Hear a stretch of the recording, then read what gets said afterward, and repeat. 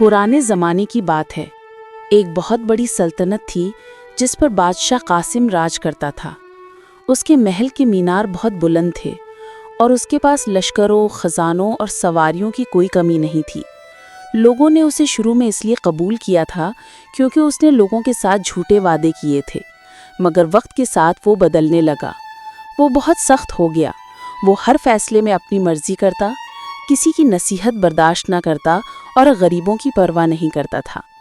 دربار میں لوگ اس کے سامنے سر تو جھکاتے مگر دل سے اسے پسند نہیں کرتے تھے۔ جب کسی غریب کسان کی فصل خراب ہوتی تو بادشاہ کے منہ سے رحم کا ایک لفظ بھی نہ نکلتا تھا۔ اسی سلطنت کے ایک کونے میں ایک درویش رہتا تھا جس کا نام الطاف تھا۔ الطاف نیک اور ہمدرد انسان تھا۔ اس کے چہرے پر سکون اور آنکھوں میں ہمدردی تھی۔ لوگ اس کے پاس نصیحت لینے آتے، وہ ہمیشہ محبت سے بات کرتا۔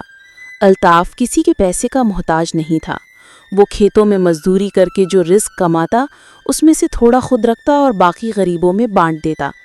لوگ کہتے تھے کہ الطاف نیک انسان ہے، اس کا دل صاف ہے۔ جب بادشاہ کی سختیاں بڑھنے لگیں تو الطاف نے دربار جانے کا فیصلہ کیا۔ جب وہ پہلی بار محل میں داخل ہوا تو درباریوں نے اسے نظر انداز کیا۔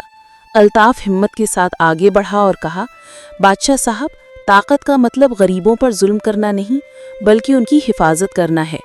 تمہارے پاس جو خزانے ہیں وہ تمہارے امتحان ہیں۔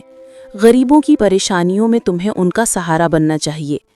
بادشاہ یہ سن کر غصے میں آ گیا اور غرور سے بولا، الطاف کو قید خانے میں ڈال دو۔ سپاہیوں نے الطاف کو قید کر دیا۔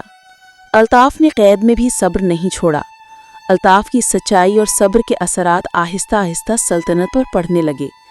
وزیر الطاف کی ایمانداری سے متاثر ہونے لگے۔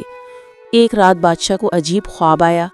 خواب میں الطاف نے کہا، جب دل سخت ہو جائے تو تاج بھی اپنا وزن کھو دیتا ہے۔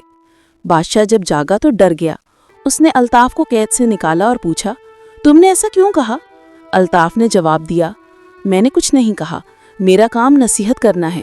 آپ خود اپنے دل پر غور کریں تو سب سمجھ جائیں گے۔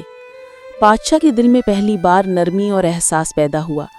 اس نے خود کو بدلنے کا فیصلہ کیا، لیکن غرور ایک عجیب چیز ہے۔ کبھی کبھی وہ نرمی دکھاتا، پھر جلدی سے پہلے جیسا ہو جاتا۔ الطاف نے آہستہ آہستہ بادشاہ کو بدلنے کی کوشش کی۔ وہ کہتا، اصل طاقت وہ ہے جس سے غریب لوگ خوش اور محفوظ رہیں۔